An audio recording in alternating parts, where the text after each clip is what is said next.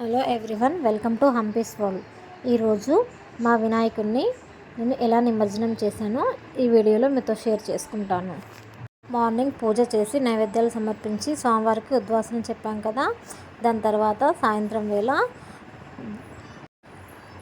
దీపపు కుందులో కొద్దిగా నూనెను పోయాలి. దీపాలు ఆల్రెడీ వెలుగుతున్నా కూడా మళ్ళీ నూనెనైతే పోయాలి. తర్వాత దీపలక్ష్ములకి కుంకుమ పెట్టి స్వామివారికి నైవేద్యం ఏదైనా నైవేద్యాన్ని పెట్టి స్వామివారికి నైవేద్యం సమర్పించాలి. తర్వాత ఊదికడ్డీలు కాల్చి ధూపం వేసి తర్వాత స్వామివారికి అయితే హారతినివ్వాలి. స్వామివారికి హారతి ఇచ్చిన తర్వాతనే మనం స్వామివారిని అయితే నిమజ్జనానికి తీసుకువెళ్ళవచ్చు. అలా స్వామివారికి ముందుగా హారతిని అయితే ఇవ్వాలి.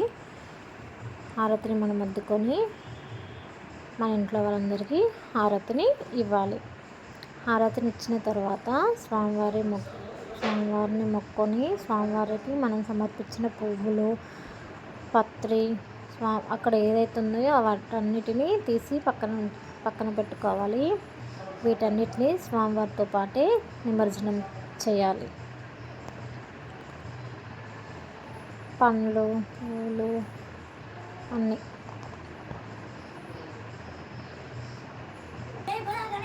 అలా అన్నీ తీసిన తర్వాత స్వామివారికి దండం పెట్టుకొని జై బోలో గణేష్ మహారాజ్కి జై అంటూ స్వామివారిని అయితే తీసుకువెళ్ళాలి. నిమజ్జనానికి స్వామివారు రెడీ అయిపోయారు.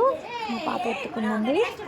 స్వామివారిని ఇలా తీసుకొని బయటకు వెళ్తున్నాం. స్వామివారికి సింధూరాన్ని పువ్వులని వేస్తూ ఘనంగా స్వామివారిని తీసుకువెళ్ళాలి. ఈ విధంగా మేమైతే స్వామివారిని బయటకి నిమజ్జనానికి తీసుకువెళ్ళడానికి రెడీ అయిపోయాము.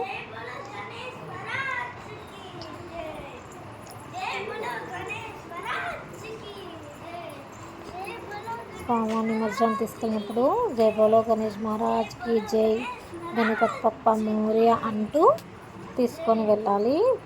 ఇంటి ముందుకి వచ్చిన తర్వాత స్వామివారికి కొబ్బరికాయ కొట్టి హారతిని ఇవ్వాలండి. మా పిల్లలు అయితే బాగా ఎంజాయ్ చేస్తున్నారు. నేను ఏం చేస్తున్నానా అని ఆశ్చర్యంగా చూస్తున్నారు. అలా కొబ్బరికాయను కొట్టి స్వామివారికి హారతినిచ్చి స్వామివారికి దండం పెట్టుకొని నిమజ్జనానికి తీసుకువెళ్ళాలి. మా చిన్న పాపకి హారతి అద్దామని అడుగుతుంది. అలా స్వామివారికి దండం పెట్టుకొని స్టార్ట్ అవ్వచ్చు. గణపతి బప్పా మోరియా అంటూ స్వామివారిని తీసుకెళ్తున్నాము. అలాగే స్వామివారిని నిమజ్జనం చేసేటప్పుడు మనం చాలా ఇండ్లని దాటుతాం కదా.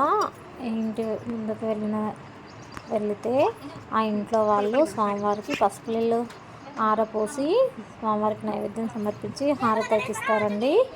అలా పక్కన యశు అలా హారతిస్తుంది. ఇప్పుడు యశు వాళ్ళ ఇంట్లో స్వామివారికి ఎలా నిమజ్జనానికి బయటకు తీసుకొచ్చామో ఇప్పుడు మీరు చూడొచ్చు. అలా జై బోలో గణేష్ మహారాజ్కి జై అంటూ వదిన యశు పైన స్వామివారిని పెట్టింది.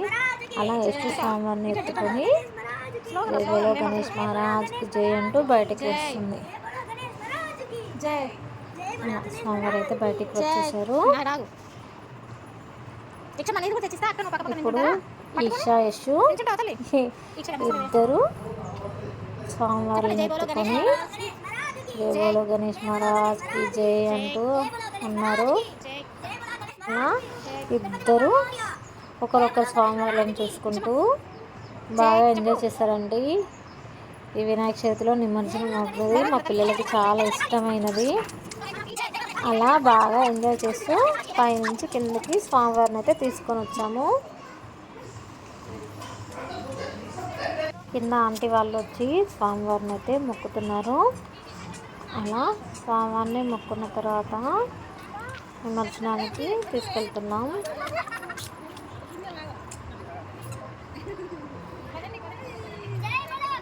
అలా అందరం కలిసి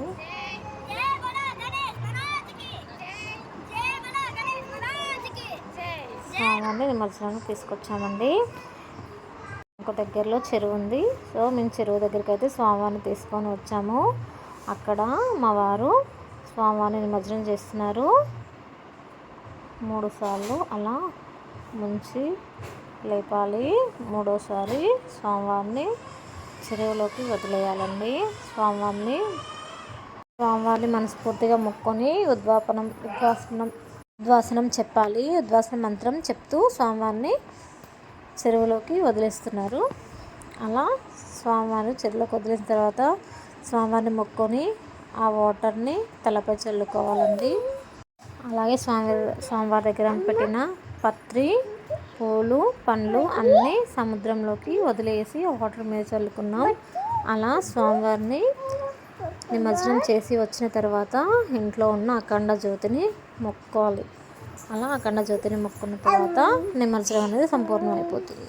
అలా మా వినాయక చవితి అలా ఈ ఇయర్ వినాయక చవితి మొత్తం చాలా సంతోషంగా